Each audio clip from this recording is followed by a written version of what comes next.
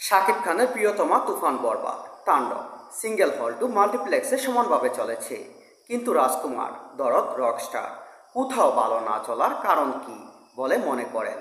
Megastar Shakib Khan যে ধরনের বাণিজ্যিক ছবি করেছেন, এইসব ছবিতে গান একটি গুরুত্বপূর্ণ ভূমিকা রাখে। যেহেতু শাকিব খানের বিশাল একটি দর্শক শ্রোতা, ছবির গল্প মেকিংয়ের পাশাপাশি গান দেখতে এবং শুনতে বেশি পছন্দ করেন।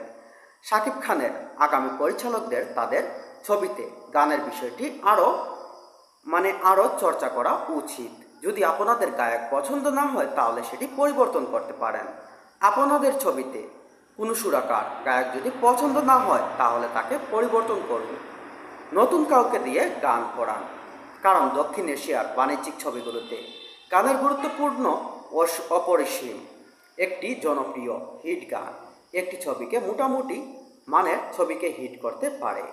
প্রিয়তমা থেকে রকস্টার পর্যন্ত শাকিব খানের যে কয়টা ছবি এটা কম ভালো চলেছে, খোঁজ নিয়ে দেখেন সেই সব ছবির গানগুলো দর্শকের মধ্যে